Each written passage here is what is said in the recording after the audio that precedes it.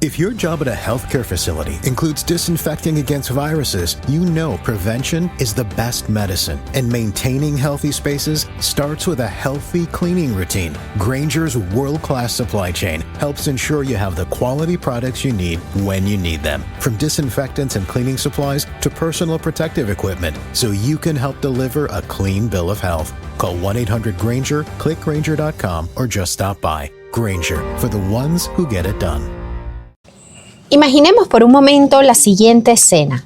Castro, con su famosa barba que parecía desafiar el viento, caminando por los pasillos de un hotel neoyorquino. Mientras tanto, en las sombras, un grupo de agentes de la CIA se reunían en una habitación oscura, conspirando para ejecutar lo que ellos llamaban la acción depilatoria. El plan, envenenar el calzado y la mesa de noche de Castro con sales de talio, con la esperanza de que su barba, símbolo de su revolución, cayera como las hojas de otoño. Historia, misterios, curiosidades. Esto es Cosas Muy Importantes con Daniela y Federico. Escúchalo en tu plataforma de podcast favorita. Bienvenidos a Cosas Muy Importantes. Muy importantes. Episodio 158, el inmorible Fidel Castro, en sus propias palabras. Sí, esta es una discusión que tuvimos. Yo tengo, no sé si es un efecto Mandela, pero yo recuerdo haber leído que él se decía a sí mismo que él era inmorible. Exactamente, él se decía a sí mismo que él era inmorible. ¿Por qué lo decía? Porque tuvo nada más y nada menos que 630, entre 634 y 638 intentos de asesinato. Exactamente. Este episodio lo debíamos, lo que pasa es que el personaje no es precisamente santo de nuestra devoción. Exacto. Pero bueno, como siempre nos gusta hablar de algunas de estas figuras. Lo que pasa es que Castro, lo complicado de Castro es que si bien a mí particularmente no me gusta para nada su ideología ni lo que hizo en Cuba, me pareció un tipo genial. Y aparte me parecía que tenía un estilacho y tenía demasiada cancha, demasiada personalidad. Sí, bueno, pero lo más increíble yo creo de su historia es este récord que él tiene de tantos intentos de asesinato, de magnicidio. Sí, son tantos que bueno, tuvimos que agarrar los más ridículos. Claro, no podemos contarles los 630 y pico, pero les vamos a contar los más increíbles. Ahora, antes de comenzar, vamos a darle las gracias a nuestros mecenas en Patreon. Muchachos que forman parte de nuestro chat muy importante, amigos muy importantes, que además reciben contenido anticipado, cositas extras que les publicamos a través de Patreon. Ustedes se pueden suscribir a Patreon gratis, pero si quieren formar parte de nuestro chat de WhatsApp y de nuestro selecto grupo de amigos muy importantes, desde $3 mensuales. Exacto, aparte es muy divertido porque nosotros podemos hablar de los capítulos, porque hay muchas cosas que uno, sabes, deja por fuera simplemente por cuestiones de tiempo, todo, pero uno investiga muchísimo para cada uno de los capítulos. Pero además en este chat se hablan de las vicisitudes de la vida diaria de todos los que estamos ahí. Por ejemplo, el gato de Lucía. Saludos a Lucía y a su gato. El gato de Lucía le ha salido más caro que si fuera de raza. Sí, exacto. Los viajes de Aaron. Oye, sí, no, pues los viajes de Aaron, eso no es un problema. No, ¿vale? para nada, nos da envidia. Los maratones de Manuele. Eso sí, eso no me dan envidia. En fin, si ustedes quieren formar parte de nuestro grupo, ya lo saben, métanse en Patreon y se suscriben. Vamos a aprovechar también de recomendarles un podcast que nos encanta, que es Yo Te La Recuerdo, el podcast de Karina Tamayo, haciendo memoria de una historia olvidada, historias de mujeres que merecen ser recordadas. Y bueno, tenemos el placer de estar acompañándola en toda la producción de su podcast, que lo hacemos a través de nuestra casa productora que se llama El Grupo Muy Importante. Síganos en @El Grupo Muy Importante si tienen algún proyecto que quieran desarrollar en el mundo digital, que ahí nosotros los ayudamos. Sí, cualquier idea, por más descabellada que sea, la traemos a la realidad. El de Karina no es descabellado, es necesario. Así que vayan y escúchenlo, @Yo Te La Recuerdo, y lo buscan en cualquier plataforma y la van a encontrar y van a ver que no se van a arrepentir. Ahora vamos a comenzar, como siempre, por la ñoñología. Ok, directo. En este caso, la ñoñología es más que todo un antecedente histórico, ubicarnos en tiempo y espacio. Es que es imposible hablar de Castro sin explicarles cómo llegó ahí. Uh-huh. Claro, no los vamos aburrir hasta la muerte, pero fíjense, vamos a suponer que estamos en la década de los 50 en Cuba. El que está gobernando es Fulgencio Batista. ¿Cómo se imaginan ustedes que era la Cuba de Fulgencio Batista? Para los estadounidenses y para los turistas era un paraíso, básicamente, porque ellos dicen que cuando llegaban a Cuba se sentían que estaban como en otra era. Claro. Por las casas estilo españolas y todo esto. Les gustaba mucho. O sea, era un sitio muy bonito. Aparte, tenían los casinos. Era una isla proyectada para lo que era el placer. Exacto. Pero el que vivía en Cuba no lo estaba pasando tan bien. No lo estaba pasando bien porque había una gran brecha entre ricos y pobres. Clásico de Latinoamérica y del Caribe. O sea, no es algo descabellado. Aparte, tenemos que Batista no llegó por los votos. Él llegó por un golpe de Estado que dio en 1952. Y gobernaba con mano de hierro, reprimiendo opositores como si estuvieran en un partido de boxeo, ellos con las manos atadas, pues. Exactamente. Y él, bueno, como siempre, enriqueciéndose a costa de su gente, como un pirata que se queda con todo el botín. Sí, aparte tú tenías que los cubanos veían a Batista como un títere de Estados Unidos, el país del cual dependía Cuba de manera económica y en donde el turismo sexual era básicamente una de las maneras de sobrevivir, cosa que no cambió. No, simplemente cambió de mando, pero bueno. Y les pagaban menos. Exacto. Para que ustedes vean, a veces las cosas son así. Pero esto hizo que ese resentimiento se fuese cocinando a fuego lento y ya sabemos lo que ocurre cuando hay resentimiento, pues. Exacto, fíjense, la desigualdad era grandísima, era como la noche y el día. Tenías a la élite que vivía en un eterno carnaval, mientras la mayoría de los cubanos luchaba para sobrevivir, cosa que no cambió realmente. No. Tenían un acceso a la educación y a la salud de manera limitada. Sí. Muy limitada, exacto. La corrupción era campante. Bueno, básicamente era un país más de Latinoamérica. Sí, señor. Entonces aquí es donde entró Fidel, que con su movimiento 26 de julio canalizó descontento que había en la población, les prometió justicia social, independencia y el fin de la dictadura. Una cosa muy importante es que Fidel no era comunista. La gente piensa que Fidel era un luchador social comunista, ¿ok? Él sí tenía la idea de cambiar algunas cosas en Cuba, pero él se acerca al comunismo cuando Estados Unidos, que protegía a Batista, lo ve a él como un problema y él inmediatamente buscó apoyo de la Unión Soviética. Exacto. Y él cambia por completo su revolución y la empaqueta dentro del comunismo y se alía con lo que es la Unión Soviética.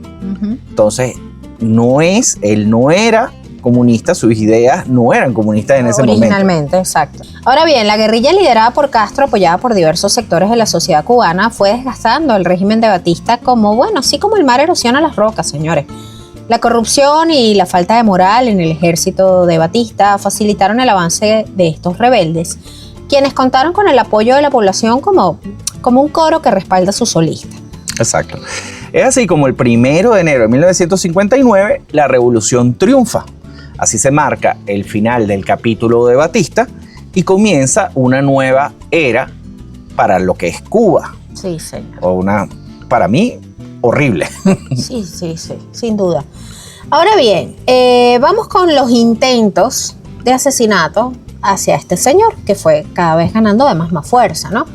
Fíjense, en los últimos días del año 1958, un plan secreto se estaba cocinando.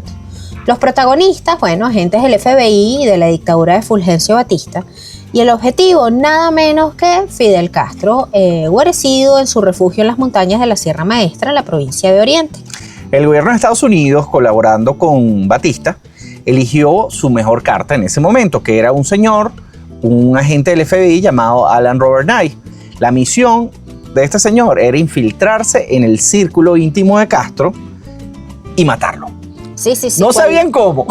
Pero tú te metes ahí, lo conquistas y después lo matas, pues. Exacto. ¿Cuál novela de espionaje? Ahora, en su audaz misión, Nay ejecutó un plan astutamente orquestado para ganarse la confianza de los revolucionarios, una travesía a través del espeso verde de la jungla cubana con la esperanza de ser capturado por los hombres de Castro. ¿Cuál era su coartada? Bueno, había sido expulsado de la Fuerza Aérea de los Estados Unidos por conspirar con agentes cubanos. Incluso tenía papeles falsificados que podían probar esto. Y cuando los hombres de Castro examinaron estos documentos, parecieron convencidos y dijeron, mira, sí, oye, pues sí, este está con... Ajá, y se lo llevaron con ellos. 15 días después, el señor Nay se encontraba en una mesa de madera en un edificio gubernamental de La Habana, lo que ha debido ser bastante aterrador, ¿no? Si te pones a ver. Uh-huh. Castro solamente tenía, para este momento, 2 semanas en el poder. Ustedes se pueden imaginar el desastre que era Cuba. En ese momento él y los otros agentes del FBI que estaban escondidos en La Habana estaban concentrados en introducir a Nay en este círculo íntimo de Castro, y de manera que una vez que estuviera dentro y se hubiera ganado la confianza, pensarían en una forma de matarlo sin que nadie adivinara quién estaba detrás. O sea, el objetivo realmente era meterlo ahí y que confiaran en él. Después iban a ver cómo hacían para que lo matara, ¿no? Ahora, qué valiente este señor, porque eso es ir casi que sin un plan, ¿no? Pero bueno.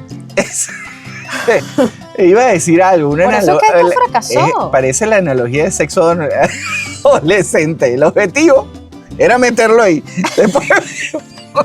Después vemos qué hacemos. Pero básicamente esta gente manejó todo eso como eso. Oye, de verdad, no lo había pensado, chico. Exactamente. Entonces, fíjate, al tipo pasaron varios días interrogándolo. Lo dejaban irse en las noches a su hotel. Ajá, donde él se encontraba con como digamos el jefe del FBI que dirigía todo el asunto, y él le contaba lo que habían hablado durante el día. Exactamente. Entonces, la verdad que la situación era bastante... Él se sentía súper seguro y canchero, ¿no? Claro, le he dicho, estoy en mi propia película de espía. Claro, todavía no había conocido a Castro. Uh-huh. Él iba como subiendo poco a poco. Ganándose la confianza. Pero en una de esas, a él lo sientan en este mismo edificio gubernamental, y llega uno de los militares de Castro, uh-huh, y le dice: Oye, Nay, mira, tenemos una misión para ti. O sea, ellos tenían un avión, un P-51 Mustang, que de alguna manera consiguieron, y ellos sabían que habían fuerzas de Batista en varias zonas de la isla. Claro, todavía tenía fuerza, sí. Entonces le dijeron a Nay: como tú sabes pilotear, te vas a montar en el avión y vas a bombardear las bases de Batista.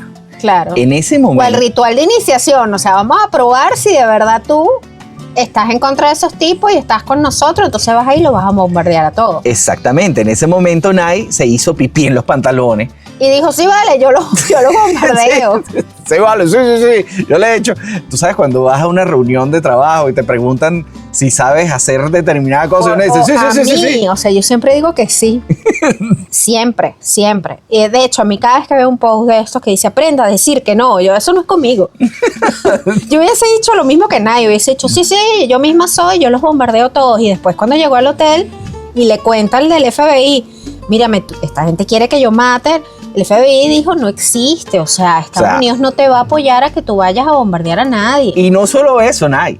Ajá. Tú tienes que buscar la manera de que no lo hagan. Entonces imagínate el paquete en el que estaba metido Nay. No solo les había dicho que sí los iba a bombardear y realmente no lo iba a hacer, sino que además tenía que impedir que ellos los bombardearan. En fin, ¿cómo termina este asunto? Obviamente, cuando él se presenta a otra reunión, ya la presión era muy grande. Claro. Él se equivoca él tenía una coartada completa, y él se equivoca y les dice a ellos en qué hotel se estaba quedando, como si eso no lo supieran, pero les dice esto, y entonces ellos atan cabos y se dan cuenta de que la habitación de Nay era pagada por Batista. O sea, pero es que eso, aparte, brutos. Era una vaina que tú dices, coño, esto carajo. Estaba mal hecho. Está mal hecho desde el comienzo. Destinado al fracaso, pues estaba mal hecho. Sexo adolescente, ¿sabes? La misión es meterlo. Y después no sabía más nada. Bueno, eso es lo que pasó con Nay.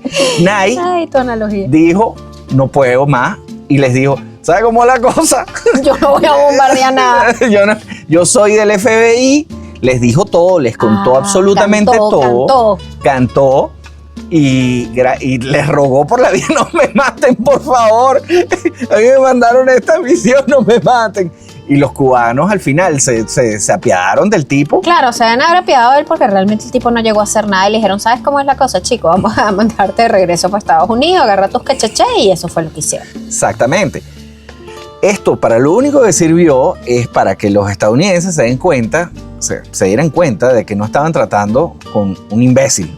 Por otro lado, sirvió para que los revolucionarios que estaban con Fidel dijeran, mira, vamos a tener que cuidarnos más. Exactamente. Entonces fue todo mal, un desastre. Ahora, Fidel en el poder.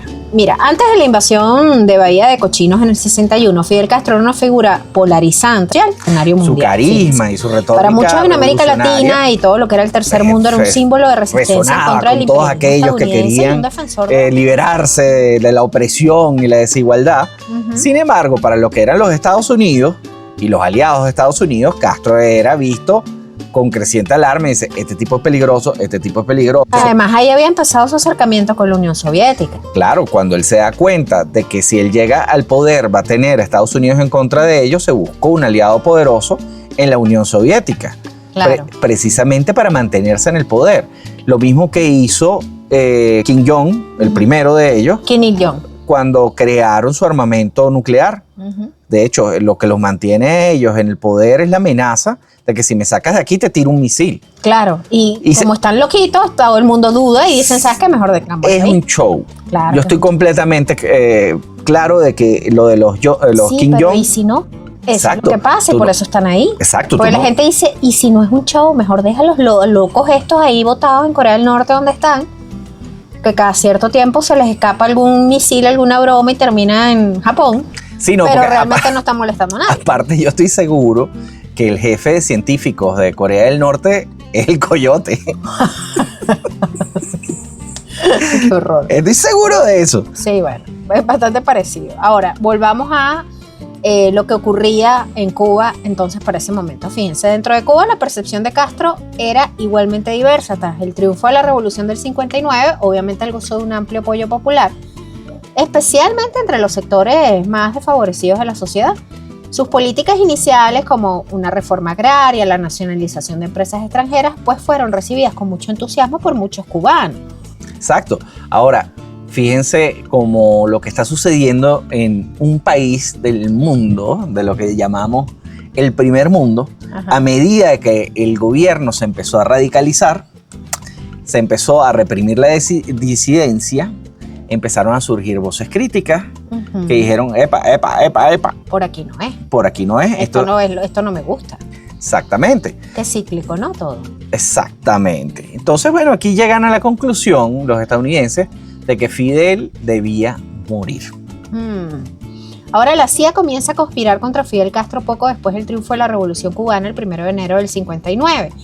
El triunfo de la revolución ocurrió en un momento de altísima tensión entre Estados Unidos y la Unión Soviética. La cercanía geográfica de Cuba a Estados Unidos, la creciente hostilidad de este último hacia el régimen de Castro llevaron a Cuba a buscar apoyo, obviamente, en la Unión Soviética, y ambos elementos llevaron a la administración estadounidense a considerar que Cuba era una amenaza para sus intereses.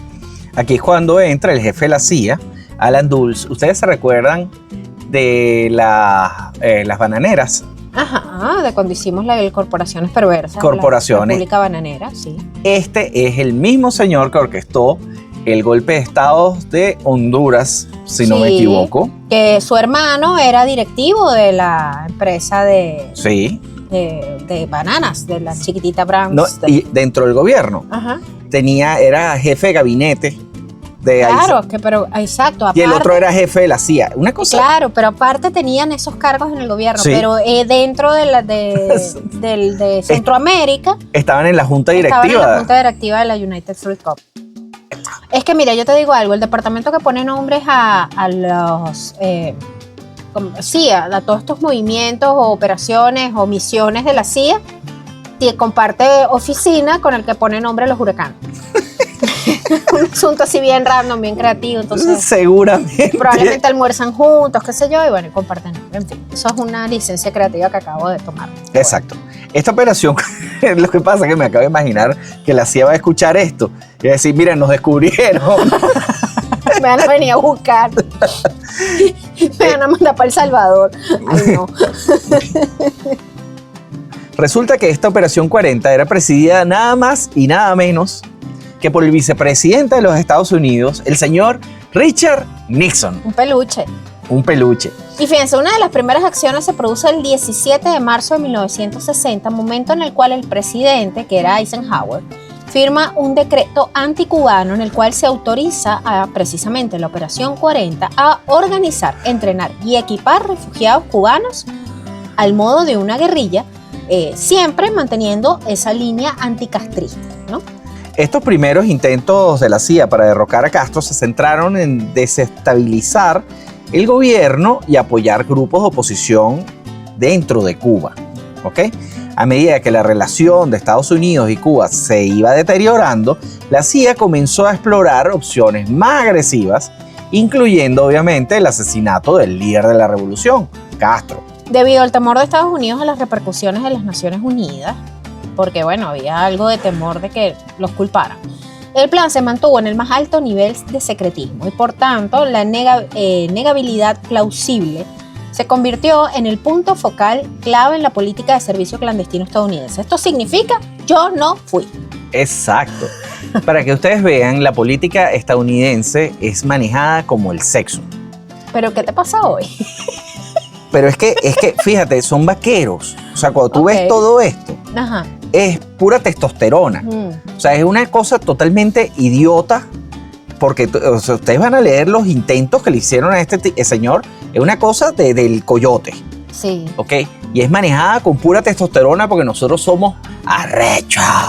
Claro, lo que significa eso en nuestras fronteras. Sí, eso tiene otro significado, claro, en Colombia.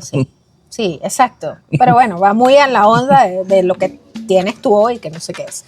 Ahora bien, la CIA y la Cosa Nostra, ¿no? Lo que se llamó la Operación ZF Rifle. Exacto. ¿Qué es esto, Cap? Bueno, nuevamente alguien hizo le puso este nombre a esta operación. Sí, exacto. Eso surgió en el almuerzo. Ajá. Después de la Revolución Cubana, el primer ministro cubano, Fidel Castro, cerró todos los casinos de la mafia en Cuba y expulsó a todos los gángsters, porque la isla estaba plagada de casinos y gángsters. Sí.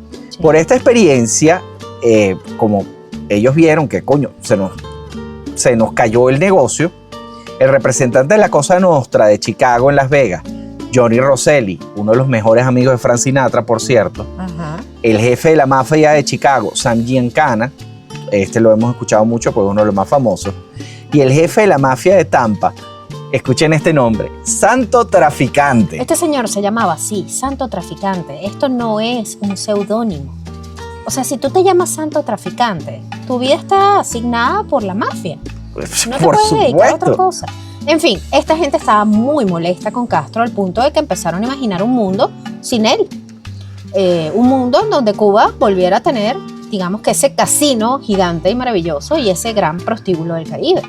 Entonces empezó a ser un personaje incómodo no solamente para Estados Unidos, para la CIA, sino también para la mafia. Por cierto, nosotros hablamos del Superman cubano. Creo que lo nombramos en algún momento, sí. Porque una de las cosas que había en Cuba, fíjate, los estadounidenses con dinero se escapaban y eran como unos escapes a lo que hacen en Tailandia. Claro. ¿Sabes? Al derrape total. Y había unos shows de sexo y había un famoso moreno stripper que le decían Superman. El Superman cubano, claro. El Superman cubano. Hablamos del dominicano. Sí, no, pero que tenía una vida increíble. Sí, Porfirio Rubirosa. Porfirio Rubirosa. Que aparte murió en un accidente de tránsito en su Ferrari. Sí. O sea, no podía morir de otra manera. Pero no, este es otro. Este es otro, pero este era un señor que era muy famoso porque estaba muy bien dotado. Estaba muy, muy, muy bien dotado. Y entonces los políticos les gustaba ir a ver los shows del Superman cubano. Claro. Pero bueno, eso es para que tengan una idea de cómo funcionaba Cuba. Era un desnalgue. Era un desnalgue, ¿no? ¿Okay? En 1960, la CIA, consciente del daño que le estaba ocasionando la revolución a la mafia italiana, reclutó a una ex agente de la CIA llamado Robert Maheu, que más tarde, por casualidades de la vida, terminó siendo el guardaespaldas de Howard Hughes en Las Vegas. Sí, ¿se acuerdan Howard Hughes, el que le hizo la película a Leonardo DiCaprio? Que hacía aviones y producía películas, el excéntrico loco este. Y trabajaba con la CIA. Y trabajaba con la CIA. Bueno, el guardaespaldas de este señor después resulta que era este señor del que le estamos hablando. Sí, a él lo contratan para aproximarse a Rosselli, mafioso, ajá. el que era amigo de Frank Sinatra. Ajá. Él llegó y se hizo pasar por un representante de corporaciones multimillonarias que deseaban que Castro fuera asesinado a causa de unas supuestas apuestas millonarias que habían en los casinos. O sea, se inventaron un show horroroso y este señor, por cuenta de la CIA, fue a hablar directamente con la mafia cubana. La mafia norteamericana que hacía vida en Cuba. Que tenía intereses en Cuba. Ahora, Rosselli presentó a este señor a dos hombres a los cuales se refirió como Sam Gold y Joe. Sam Gold era Giancana y Joe era nuestro queridísimo santo traficante, el jefe mafioso de Tampa, Florida, y uno de los más poderosos mafiosos de la Cuba prerevolucionaria. El 12 de marzo de 1961, el operativo de la CIA, Jim Connell, se encontró con Sam Giancana, santo traficante, Johnny Rosselli y Robert Maheu en el Hotel Fontainebleau de Miami. Durante este encuentro, O'Connell le dio 2 píldoras de veneno y $10,000 estadounidenses a Rosselli para ser usados en contra de Fidel Castro. O sea, un tipo de la CIA que entregó dinero y veneno para matar a Castro. Ahora, por meses, los cubanos anticastristas ligados a la mafia trataron de mezclar el veneno con la comida de Castro. Sin embargo, los horarios erráticos de Fidel Castro, así como su inconsistencia a la hora de realizar cualquier tarea, hacían que planificar este golpe fuese muy complejo, porque nunca comían en el mismo sitio, ni a la misma hora, ni la misma comida. De hecho, sus reuniones, y eso lo vimos mucho aquí, eran de noche. Él de repente se aparecía, se montaba en un jeep y aparecía en la oficina de tal cosa sin anunciarse. Sí. El tipo se iba, era completamente veleta. En La Habana, la CIA y los representantes de la Cosa Nostra se pusieron en contacto con los contrarrevolucionarios Eufemio Fernández y Herminio Díaz, que eran antiguos secuaces del capo mafioso Santos Traficante allá en Cuba, que tenían la idea de acabar con Castro y hacerlo ver como si fuese un golpe al estilo mafioso. Obviamente, ya vieron aquí, no funcionó el tema del veneno y ellos estaban ya pensando otra manera de acabar con Castro. La idea que tenían esta nueva idea era caerle a tiros como un típico golpe mafioso. Claro. O sea, pasar con un carro y dispararle a Castro. Obviamente, cuando ellos hicieron un estudio de todos los lugares en donde podían realizar esto, se dieron cuenta que era imposible porque el tipo estaba completamente resguardado. Sí, tenía un cuerpo de seguridad fuerte, pues. Entonces, fíjense, el crimen formaba parte de un proyecto subversivo que incluía el asalto de la 14ª estación de policía en la capital cubana, así como el desencadenamiento de numerosos sabotajes y finalmente el alzamiento en armas del grupo de la Sierra en Escambray. Bueno, esto obviamente no llegó a ninguna parte. Hubo otro proyecto importante para asesinar a Castro que consistía en que un año antes ellos habían alquilado, la CIA había alquilado un apartamento cerca de la terraza norte del Palacio Presidencial, que era precisamente donde Castro daba los discursos. Claro. Poco a poco, los contrarrevolucionarios y la mafia empezaron a meter armas dentro del apartamento. ¿Qué es lo que pasó? Se aterrorizaron, o sea, había mucha tensión. Sí, o sea, es como que queremos acabar con Castro, pero no queremos arriesgarnos. A que nos descubran. Y que nos agarren. Claro. Entonces, ¿qué pasó? Cuando ellos se vieron que la cosa estaba muy difícil, huyeron. Y las fuerzas de Castro lograron atrapar a algunos de los que estaban metidos dentro de este proyecto que tenían para matar a Castro. Claro, de hecho, el proyecto fracasó cuando ellos huyen del país y bueno, muchos de ellos fueron detenidos. Los que no alcanzaron a huir fueron detenidos. Ahora, entra una figura dentro de esta historia que es Marita Lorenz. Esto lo deberías decir tú porque es una mujer. Me fijé en el mayor de ellos que fumaba un puro y le pregunté qué quería. Subir al barco para verlo, respondió y yo le dije de acuerdo, suba. Estaba subyugada, Fidel desprendía una fuerza seductora enorme. Él me preguntó dónde estaba mi camarote. Una vez allí, tras abrir la puerta, me empujó al interior, me atrajo hacia sí, me abrazó y ese fue mi primer beso con un hombre. Esto dijo Marita Lorenz. Ahora, ¿quién era esta señora?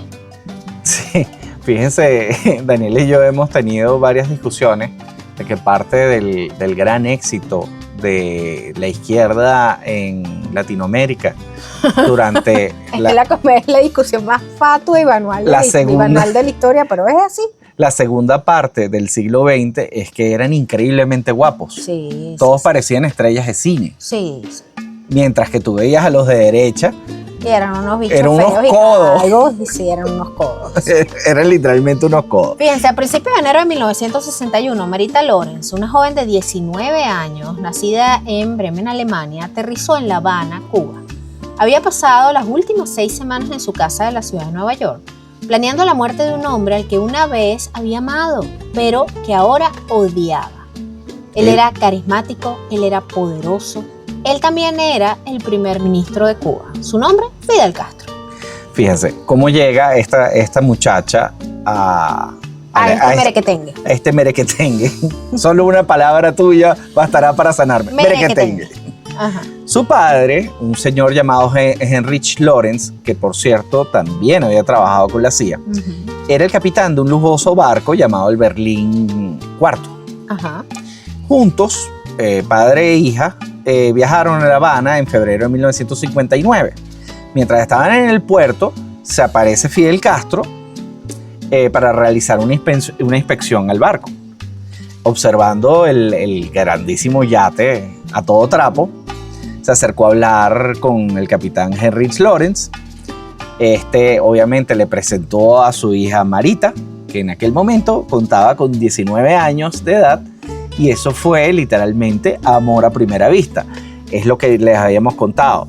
Él básicamente la metió en el camarote, le cayó a besos, y después ella decide quedarse con él. Ella regresa y poco después Fidel la llama a su casa y le manda un billete de avión y se la trae y empezó a trabajar con Fidel como secretaria de no sé qué cosa de esta. Exacto. Que al final lo que era la que le calentaba la cama a Fidel. Qué feo eso. Vamos a estar claros. Pero el asunto es que 7 meses después de que empezó este noviazgo, ella queda embarazada. Y aquí es donde ocurre una cosa muy extraña. De la manera en que lo cuenta ella, es que Fidel al principio parecía muy emocionado de que iba a tener un hijo, pero conforme iba creciendo el embarazo, en un momento ella dice que se desmaya y aparece, se despierta nuevamente en una habitación de hotel y le dicen que había abortado. Ay. Por cierto, no abortó. ¿No? Bueno, un poquito más adelante van a saber esto, pero ella siempre culpó a Fidel de que la habían hecho abortar. Wow, qué rudo. Claro, cuando ella tiene varios libros y la verdad ella parece un poco mitómana, pero su vida es bastante interesante. De hecho, ella tuvo un hijo con Marcos Pérez Jiménez, una hija. La mujer tenía una puntería para los hombres, pero wow, ¿no? Sí, bueno, le gustaban fuertes, pues. Tóxica. Ahora bien, el médico le dijo que sí, que había abortado, había perdido el bebé, pero ella sentía que eso era mentira, que alguien la había drogado con su leche y pues que luego el médico había interrumpido su embarazo y obviamente ella estaba segura de que Fidel era el que había dado las órdenes de esto. Ella se sintió abusada y desconsolada y huyó de regreso a su casa en Nueva York a finales del 59. Fíjense. De aquí nace el odio de ella hacia Fidel. Exacto. Bueno, el asunto es que esta muchacha, estando en Estados Unidos, fue reclutada por el agente de la CIA, Frank Sturgis, a quien el mismo Fidel llegó a tildar como el mejor y más peligroso agente de toda la historia de la CIA, para que ustedes tengan idea más o menos de qué calibre. Cuando la reclutan, la empiezan a entrenar precisamente para que asesine a Fidel Castro. Entonces ella habla con Fidel y le dice, ok, quiero volver, o sea, te extraño, cosa que era verdad, porque ella estaba totalmente enamorada de Fidel. Claro, lo que tenía era el corazón roto y bueno, eso es muy peligroso una mujer, ¿eh? Entonces ella desembarca en el aeropuerto de La Habana y dentro de su bolsito ella tenía un frasco que era para una crema para la gripe. Ok. Como un Vaporú, no sé qué, algo así por el estilo. Dentro de esta crema lleva unas pastillas de veneno. Ok. Yo estuve leyendo y muchos dicen que era el mismo veneno que le habían dado anteriormente. A los otros que no pudieron usar. Que no pudieron usar. Las pastillas andaban rodando por ahí. Sí. Entre Cuba y Estados Unidos. La idea era que ella le echara esas pastillas a la bebida de Fidel. Entonces, ella llegó, se montó en un taxi y llegó a La Habana Hilton, en donde ella tenía su habitación, la habitación que le había asignado el gran Fidel. Ella todavía, al parecer, tenía la llave de la suite privada de Fidel. Claro. Porque, bueno, era su novia. Claro. Pasó por la recepción, los asistentes, los guardias, nadie la paró, nadie le chequeó absolutamente nada. Claro. Ella entra, Fidel no estaba ahí, pero el guardia de seguridad le dice que él regresaría pronto. Ella se armó de valor, se llevó su frasquito de su crema para la gripe, para el baño, lo desenroscó la tapita, sacó las pastillitas venenosas, pero para su horror las pastillas de plástico se habían derretido en pequeños grumos empapados, o sea, se le había dañado con la cremita, pues. No era una buena idea guardarlo ahí. Ella, presa del pánico, tiró las pastillas al inodoro, tiró de la cadena, pero las pastillas volvieron a flotar. Dios mío, qué estrés. Tiró de la cadena una y otra vez, pero seguía volviendo a la superficie. Era como algo salido de una pesadilla. Todo el mundo le ha pasado eso alguna vez. Exactamente. En su cuarto intento, el inodoro se negó a descargar por completo. Ella sintió que se iba a morir. Exacto. Respiró profundamente. ¿Ok? Necesitaba salir de ese rollo. ¿Tú te imaginas que entrara Fidel y encontrara las pastillas en la poseta? En la poseta, con lo desconfiado que era. Ay, no. El asunto es que en ese momento, mientras ella está tratando de descargar la poseta, todo esto lo sabemos por el libro de ella. Exacto. Ella dice que empezó a escuchar la voz de Fidel, que Marita. Marita. Marita. Ven acá que tengo lo tuyo. Sí, señor. Ella se congeló, tiró de la cadena una vez más y por algún milagro, pues la pastilla se fue. Se quedó abajo, pues. Obviamente ella ya estaba que lloraba y todo esto. Cuando sale, Fidel la ve y sintió inmediatamente que había algo que no estaba bien. Exacto. Y ahí es cuando ocurre uno de estos eventos que son una leyenda de por sí. Ajá. Él le dice, viniste a matarme, ¿verdad? Novela. Y ella le dice, sí. Ay, Dios mío. Y él sacó su pistola y se la dio a Marita y se la apuntó en el pecho. ¡Mátame! ¡Mátame! Y ella no pudo. Ella no pudo. Dice, Dios mío, Fidel, no puedo matarlo. Y le dijo, no puedo. Y ahí es cuando Fidel le dice, claro que no puedes matarme, nadie puede matarme, yo soy inmorible. Y aquí nace supuestamente la gran frase que se vuelve leyenda de que Fidel decía de sí mismo que él era inmorible. Ella, bueno, obviamente no se atrevió a apretar el gatillo y se fue de Cuba, pues, para siempre. Exacto, pero fíjate, se dice que de esta relación nació un hijo, Andrés Vázquez, y ella se reencontró con él en 1981. Supuestamente este es aquel hijo que le habían arrebatado a su barriga, o sea, no fue un aborto, sino que le sacaron el bebé antes y vete a saber quién lo crió. Ella finalmente, Fidel. Sí, finalmente se reencuentra con él. Y en el año 81 se vino a reencontrar ella con este hijo. Sí, bueno, ella saliendo de aquí, ella se une a las fuerzas anticomunistas norteamericanas y posteriormente se encuentra con Marcos Pérez Jiménez, que en aquel momento estaba. Marcos Pérez Jiménez fue el dictador de Venezuela, había huido en el 58 y él estaba en Miami. Y ella se encuentra con él para que él le diera $200,000 para la causa. Ajá. Y a partir de ahí surgió un romance del cual tuvieron una hija. Exacto. Marita merece su episodio. La vida de Marita es increíble. Sí, no sabemos qué tanto hay de verdad en muchos de sus relatos, pero sin duda su vida fue interesante. Ella es la Mata-Hari del Caribe. Exactamente, ella es conocida como la Mata-Hari del Caribe. Ahora vamos con otro personaje, Edward Gunn, el Doctor Muerte.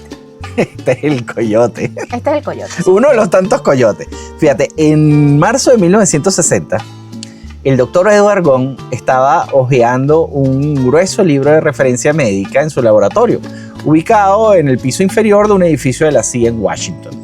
No encontró lo que buscaba allí, así que cerró el libro de golpe, lo metió en su enorme estantería que iba desde el techo hasta el suelo y que cubría completo una de las paredes. De repente alguien tocó la puerta y un agente entró a la oficina.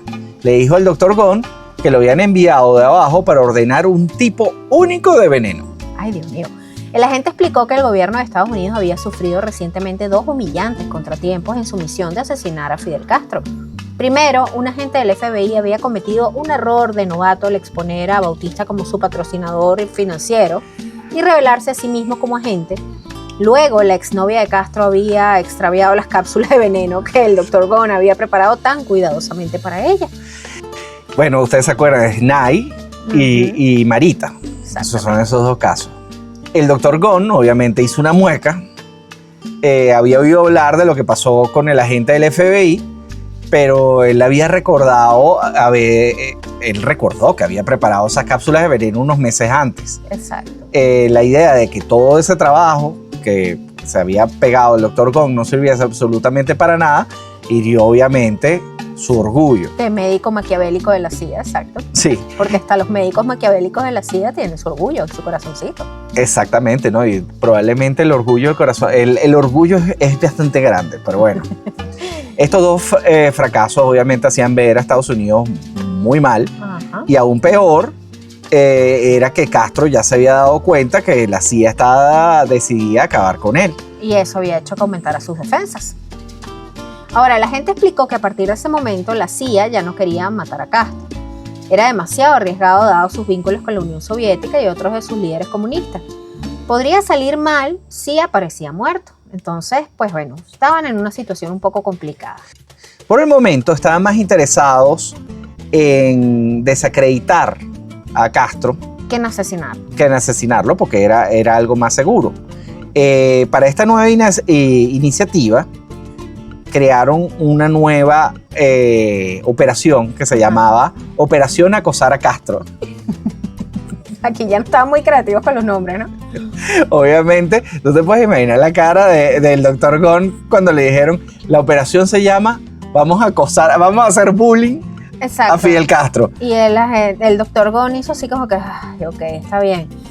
La gente continuó explicando que su primer objetivo era la barba de Castro. La CIA creía que esta era una parte clave de su mística, ¿no? De su look. Estamos hablando de la barba, no es mentira. Esto era lo que mantenía al pueblo cubano envuelto en atención cuando daba discursos de horas sobre el futuro del país. La CIA pensaba que sin la barba se reduciría a un bufón con cara de niño gritando cajas de jabón. O sea, ya esta gente había perdido los papeles. Exacto, pero bueno. Definitivamente el estrés era grande. Entonces la CIA le pregunta al Dr. Gunn, ¿usted puede encontrar un veneno que haga que se le caiga la barba? Ahí cuando el Dr. Gunn dice como tú, claro que sí. Yo te lo hago. Va a ser difícil y probablemente te va a costar plata, pero yo sí puedo. Esa es mi frase en todas las reuniones de trabajo. Mira, esto no va a ser fácil y te va a costar dinero, pero lo podemos hacer. Bueno, ¿cuál es el gran problema al que se enfrentaba el Dr. Gunn? Cualquier químico que tú le dieses a una persona no podía atacar simplemente los folículos capilares de una zona en particular. Claro, o tumbas todo el pelo o no tumbas pelo, pero no es casi como que yo quiero que este químico tumbe solo la barba. Eso no existe. Exactamente. En segundo lugar, eso no es que tú le das una pastilla a una persona y se le cae el pelo inmediatamente. Amanece sin barba, eso no funciona así. Necesitas ir muy poco a poco. Y en tercer lugar, la idea era completamente descabellada y ridícula. Era ridícula de origen. Pero como bueno, tú, precisamente, sí, él dijo, sí, chico, yo te lo hago. Yo te lo hago.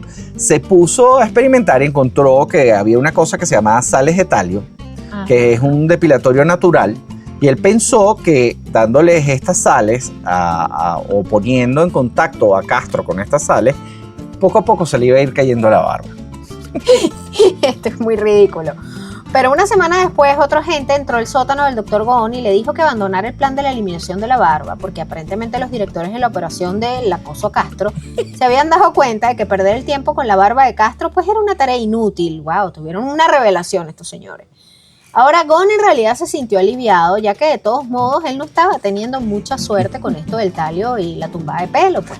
En su lugar querían que cambiara de rumbo y dar una nueva táctica para desacreditar al dictador cubano. ¿Qué pasaría si drogaban a Castro con LSD antes de uno de sus largos discursos radiales? Esto lo iba a convertir pues en un idiota en señal abierta. Imagínense ustedes, este señor drogado con LSD en plena cadena radial. Pero, o sea, ¿a quién se le ocurre esto? A lo mismo que se les ocurrió tumbarle la barba, pero bueno. Exacto. Fíjense, esto sí es una gran realidad y es que su talento como orador era la verdadera clave del poder de Castro. ¿Y quién iba a apoyar a un líder que sonaba como un adolescente drogado? ¿Tú te imaginas el tipo drogado? ¿Tú te recuerdas, hablando de todo, haciendo uno de esos desvíos técnicos que hacemos siempre? A ver. Cuando se presentaron aquí los fabulosos Cadillac en la Experiencia Roja, uno de esos tantos conciertos multitudinarios. Ajá. Y Vicentico, eso fue en el aeropuerto de la Carlota. De la Carlota, decía, qué lindos los aviones, che. No, y aquella vez que le preguntaron a Cerati cómo se sentía y él dijo que tenía muy buenas expectativas para un concierto que se iba a realizar y le dijeron el concierto fue ayer y Cerati lo que dijo fue wow, cómo pasa el tiempo. Bueno, en fin, volviendo a Castro y estas ideas geniales de la CIA, en principio trataron de hacerle caer la barba y luego dijeron no, mejor lo drogamos y que haga el ridículo en cadena. Bueno, obviamente el doctor Gon trató de no poner los ojos en blanco cuando le dijeron que, bueno, vamos a drogar a Castro. Y él pensó, ¿cómo voy a hacer que Fidel Castro tome LSD? O sea, ¿qué le pasa a esta gente? Pero bueno, el agente tenía un plan. Él quería crear una lata de aerosol de LSD que funcionara igual que un ambientador de baño, solo que rociaría la habitación con una ligera capa de niebla alucinógena. La lata podría introducirse de contrabando en la estación de radio con antelación y rociarse en la cabina de grabación. Incluso, según el agente, podían reclutar a un DJ de estos de la radio como un activo de la CIA y hacer que justo antes de que entrara Castro, él rociara. El doctor Gon, obviamente, consideró que era posible hacer una lata de LSD en aerosol. Y que incluso era mucho más fácil que la ridícula misión de hacerle caer la barba. Así que nuevamente el doctor Gon dijo como yo, sí vale, te va a costar dinero, pero lo puedo hacer. Unos meses después, en la mañana del 16 de agosto de 1961, el doctor Gon llegó a su escritorio y encontró una caja que parecía un regalo. Él no esperaba un regalo y mucho menos después de que pues, no le había quedado muy bien a la CIA con todos estos intentos fallidos, ¿no? El plan para drogar a Castro había sido un fracaso, el aerosol era demasiado poco confiable para ser utilizado con eficacia. Entonces los agentes de arriba pues, se sintieron decepcionados, pero le aseguraron al doctor Gon que aún tenía una larga lista de otras ideas que podía valer la pena considerar. Y aquí entra esta caja de puros. Los puros envenenados. El doctor Gon abrió la nota en el paquete que está en su escritorio y obviamente se dio cuenta de que no era un regalo. Al menos no para él. En la caja de madera contenía unos 50 puros de los puros favoritos que fumaba Castro. La CIA quería quería que el doctor Gon les inyectara un veneno tóxico que mataría a Castro en el momento que éste se llevara uno de los puros a los labios. Esto es demasiado marca Acme. Espérate, no hemos terminado porque esto se pone peor todavía. El doctor Gon obviamente sonrió porque finalmente esta era una misión que él podía completar. Y él dijo, sí, claro que sí, los venenos son mi especialidad, yo te lo hago, le dijo a la gente de la CIA. Qué tipo tan piche. Obviamente él caminó hasta su oficina y su laboratorio y empezó a buscar por todas las cajas pues tenía venenos de todo tipo. Ajá. Porque este tipo era como... El envenenador de la CIA, señores. Estamos hablando en los años 60, el tipo que trabajaba en el laboratorio de la CIA. O sea, se fabricaba venenos para todo el mundo. Exacto. Porque además era una época en que todo el mundo trabajaba para la CIA. Después de buscar como por una hora dentro de su larga colección de veneno, encontró un frasco de vidrio que parecía que estaba completamente vacío, pero realmente estaba lleno de toxina botulínica, una de las sustancias biológicas más venenosas de la Tierra. Es importante que sea biológica. Claro. Para que no quedaran rastros en el cuerpo. Fíjense, esta era una bacteria que causaba parálisis muscular y en dosis suficientes podía ser mortal. ¿Sabes qué es esto? Botox. Ah, este es el Botox, claro. Bueno, es que el Botox es un veneno. Exactamente. Fíjense, él guardó eso en su bolsillo, de su bata, ahí en el pecho, donde guardaba sus 2 lapicitos y se apresuró a regresar a su oficina. 3 semanas después, el 6 de septiembre, el Dr. Gunn entregó personalmente la caja de puros envenenados a los agentes de la operación Acoso a Castro. Porque la operación se seguía llamando igual. Exacto. Obviamente. Cada uno de estos 50 puros estaba impregnado con tanta toxina botulínica que mataría a cualquiera que acercara uno de esos puros a sus labios. O sea, tú te lo ponías y ahí, valía. Rodaste. Si los agentes conseguían poner estos puros en manos de Castro, con toda seguridad, se podía morir en minutos. Los agentes estaban casi mareados cuando tomaron la caja del Dr. Gunn y se la pasaron admirándola, así como que ahora sí lo vamos a lograr, muchachos. Obviamente el Dr. Gunn les pidió a los agentes que le informara que cómo, o sea, dígame cómo sale esa vaina. Ustedes me cuentan cómo les va. Coño, o sea, simplemente tenías que ver las noticias. Si bueno, se murió Castro, fuiste tú. Claro. Él estaba muy satisfecho con su trabajo en este caso y pensó que esta realmente podía ser la solución final para este hombre que se creía inmortal, o mejor dicho, inmorible. Por cierto que él guardó uno de los puros de recuerdo en su caja fuerte. Ah, sí. Eso como un dato curioso. Un souvenir ahí que él se quedó. Un souvenir. Ahora, mientras el Dr. Gunn estaba inyectando el veneno a los puros cubanos, otro científico de la CIA llamado Cornelius Roosevelt, que por cierto era nieto de Theodore Roosevelt, está experimentando con otras toxinas precisamente para matar a Castro. Esto es lo que nosotros denominamos la CIA y el correcamino. Exactamente. Porque este señor era todavía más ridículo que el otro. Porque este además tenía iniciativa, el otro venían a pedirle las cosas, que se le ocurrían a él. Mira, este señor era jefe de la división de servicios técnicos de laboratorio que creaba dispositivos espías para todos los agentes. Era el equivalente en la vida real de Q, el de las películas, la figura de Q en las películas de James Bond. Uno de los agentes de operación Acoso a Castro había venido a su laboratorio para poner a Cornelius al día sobre su operación. Él explicó que hasta el momento los intentos de asesinar al dictador habían fracasado y en gran medida era porque las personas que reclutaron se acobardaron o fallaron a la hora de cumplir sus tareas.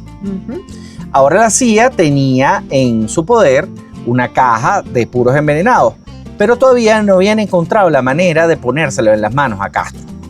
Esto iba a ser difícil con Castro volviéndose tan cauteloso y paranoico en los últimos años. Mientras tanto, querían idear un plan de asesinato diferente, pues un plan B, uno que los agentes pudieran ejecutar sin depender de reclutas externos. Cornelius obviamente preguntó, ¿y qué tienen ustedes en mente? ¿Sabe que eso les va a costar plata? Así que la gente abrió una carpeta Manila y se la entregó a Cornelius, y dentro de la carpeta habían fotos de Castro pescando, haciendo pesca submarina en las costas de Cuba. Cuando no estaba ocupado esquivando intentos de asesinatos, tomando amantes o llenando las ondas de radio con sonidos de su propia voz, Castro disfrutaba de deportes de alto riesgo como la pesca submarina y el buceo en las costas de La Habana. El agente creía que podían utilizar esa afición en su contra. Obviamente Cornelius asintió. También dijo que sí, dijo, sí chico, yo te lo hago, te hago esta plata, pero... Pero fíjense, esta es la locura. La CIA quería plantar una rara concha marina en el fondo del océano. Ay, por favor. en un lugar en donde Castro seguramente la encontraría.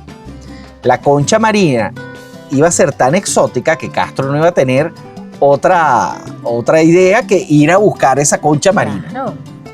El truco era que dentro de esta concha marina o cerca iban a poner una carga explosiva.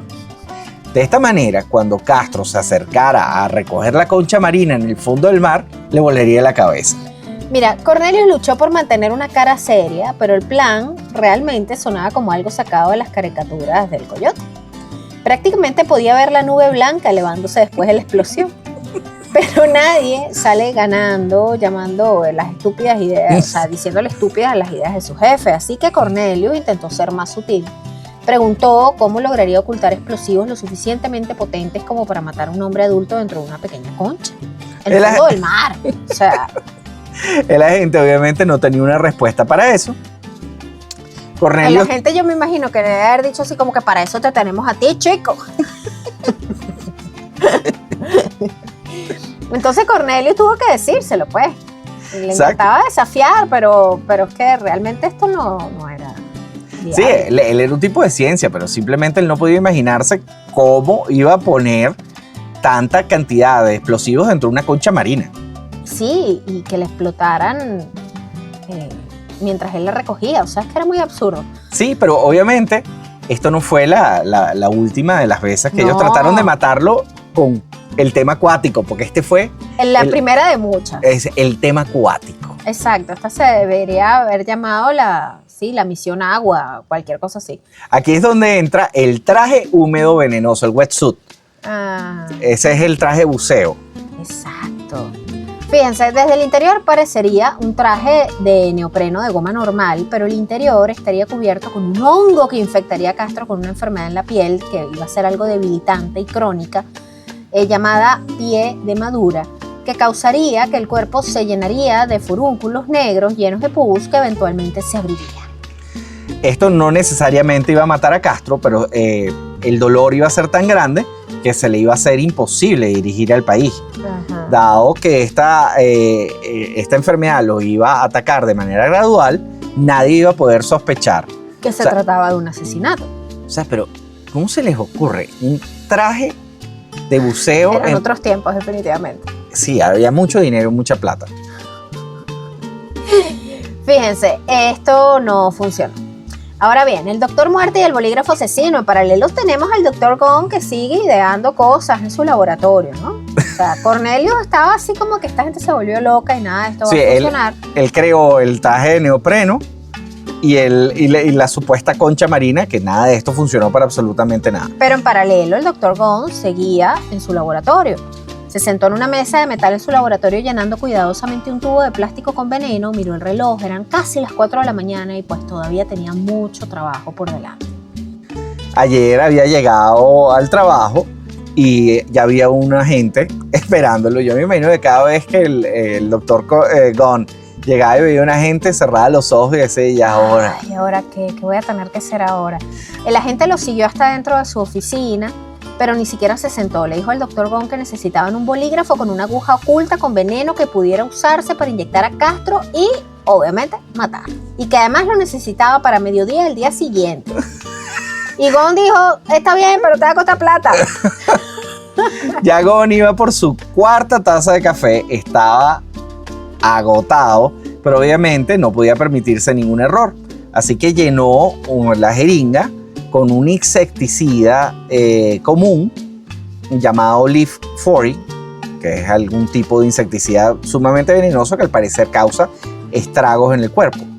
La idea era lograr penetrar la piel de Castro y que este veneno le iba a causar inmediatamente insuficiencia respiratoria, un colapso cardiovascular y finalmente la muerte.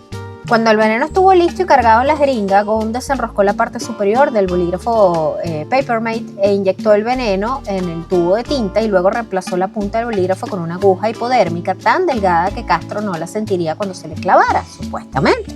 Era el plan perfecto. Sí.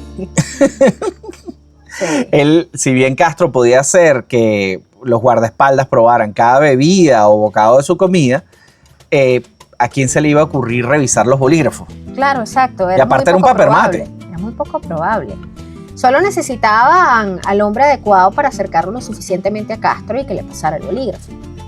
Gon terminó el bolígrafo alrededor de las 11:30 de la mañana siguiente, el 22 de noviembre, con los ojos rojos, los párpados caídos, y bueno, se lo llevó a la gente que toma tu lápiz, chico. Ellos quedaron completamente impresionados. ¡Wow! Mira esto. Se lo clavaron ellos mismos y se murieron. No vale, mentira. Era algo simple, algo discreto y algo, sobre todo, letal. Exacto. La idea era llevar, y es lo que hicieron, llevaron el bolígrafo a París, donde se lo entregaron a un ex líder militar cubano que trabajaba para la CIA. Uh-huh. ¿Ok? Pero el asunto es que este bolígrafo nunca llegó a Castro, porque el mismo día que estaban planeando matar a Castro en París, que iba a dar un discurso, con ese bolígrafo, mataron a JFK. Yo te iba a decir, esto ocurrió el 22 de noviembre, eso fue el día de la muerte de Kennedy. Exacto. Entonces, obviamente, el país estaba muy consternado, todo estaba muy movido, y ellos decidieron que, bueno, no era el momento de matar a Castro. Exactamente. Así que la misión Bolígrafo Venenoso se canceló. Sí, aquí ahora, ¿dónde estará ese bolígrafo? Debe haber un museo de cosas de la CIA. El Museo del Coyote. Es importante decirles que esta información no la inventamos. No, para nada. Esto está en archivos desclasificados de la CIA. De hecho, les tengo una buenísima con respecto a esto. Castro, en sus últimos días, disfrutó un mundo leyendo estos informes de la CIA. De todas las veces que intentaron matar. Se moría de la risa. Por supuesto, es que es ridículo. Se moría. Desastre. Pero fíjense, a él, el último atentado documentado contra Castro tuvo lugar en el año 2000. O sea, bastante reciente. Tú y yo ya éramos grandes en ese momento. Claro. Y consistió en colocar 90 kilos de explosivos bajo un podio en Panamá, donde él iba a dar una charla. Resulta que el equipo de seguridad de Castro descubrió los explosivos antes de su llegada y eso se cayó. Castro dijo una vez, en referencia a los numerosos atentados que habían cometido en contra de su vida, él dijo: si sobrevivir a los intentos de asesinato fuera una competición olímpica, ganaría la medalla de oro. No, sin duda. A lo largo del siglo XX, el gobierno estadounidense realizó entre 634 y 638 intentos contra la vida de Fidel Castro. La administración Kennedy intentó matarlo 42 veces. Nixon lo intentó 184 veces. Por su parte, el presidente Ford prohibió a la CIA realizar intentos de asesinato en 1976, pero la agencia siguió intentando matar a Castro durante otros 25 años. De hecho, el presidente Reagan rompió el récord total, con 197 intentos. En total se calcula que el número de atentados contra Fidel Castro está por el orden de entre los 600 y 700. Finalmente, Castro murió en La Habana por causas naturales en 2016. Muy viejo. Muy viejo. Uh-huh. Y la CIA no tuvo absolutamente nada que ver en esto. No. ¿Cómo logró el dictador de esta pequeña isla empobrecida escapar de la muerte una y otra vez? ¿Era cierta la leyenda? ¿Sería que Castro realmente era inmorible? Nada, es lo Al final la pelona llega y se los lleva igual. Sí, pero... Generalmente estos bichos malos mueren de viejos y tranquilos en sus camas sin haber pagado por sus pecados. Pero bueno, sin duda es parte de esta leyenda. Esto parece realismo mágico, ¿no? Digno de Latinoamérica, todos los intentos de asesinatos de Fidel. Y hay montones más serios, ¿no? Obviamente. Claro, hay unos más serios. Nosotros contamos los más absurdos. Exacto. Y se quedaron algunos por fuera. Pero bueno, vamos a darle las gracias a nuestros mecenas en Patreon.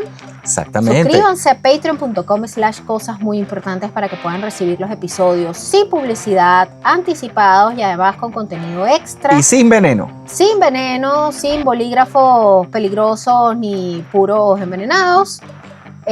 Aparte pueden formar parte de nuestro selecto chat de WhatsApp de amigos muy importantes. Desde $3 mensuales. Eso es un cafecito que nos invitan y se unen a esta comunidad de gente que habla cosas muy importantes con nosotros.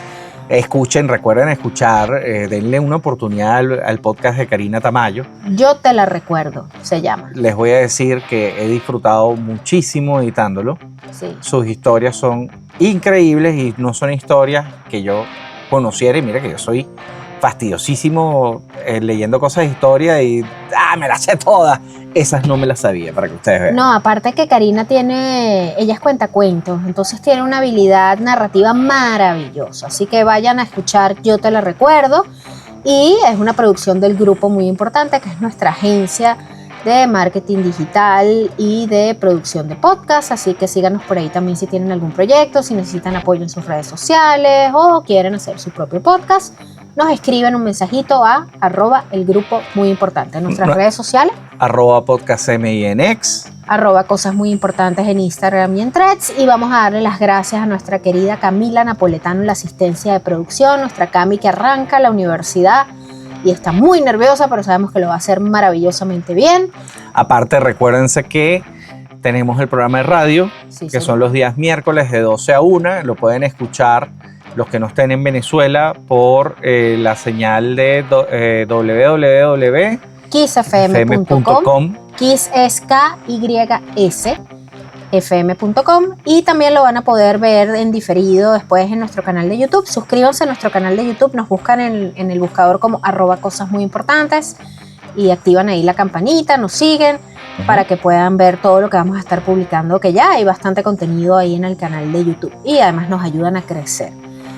Bueno, si tienen alguna sugerencia para episodio, recuerden escribirla a info@cosas muy importantes. Y nos escuchamos en un próximo episodio. Ya vamos para el 159. Ya vamos a llegar al 160. Sí, señor. Yo soy Daniel Ormazábal. Federico Capoche. Pero siguen siendo menos episodios que los intentos de asesinato de Fidel Castro. Exactamente. Y bueno, y si ustedes quieren hacer algún proyecto, sí, se los hacemos, pero les va a costar dinero. Como el Dr. Gong. Chao. Cosas muy importantes con Daniela y Federico. Escúchalo en tu plataforma de podcast favorita.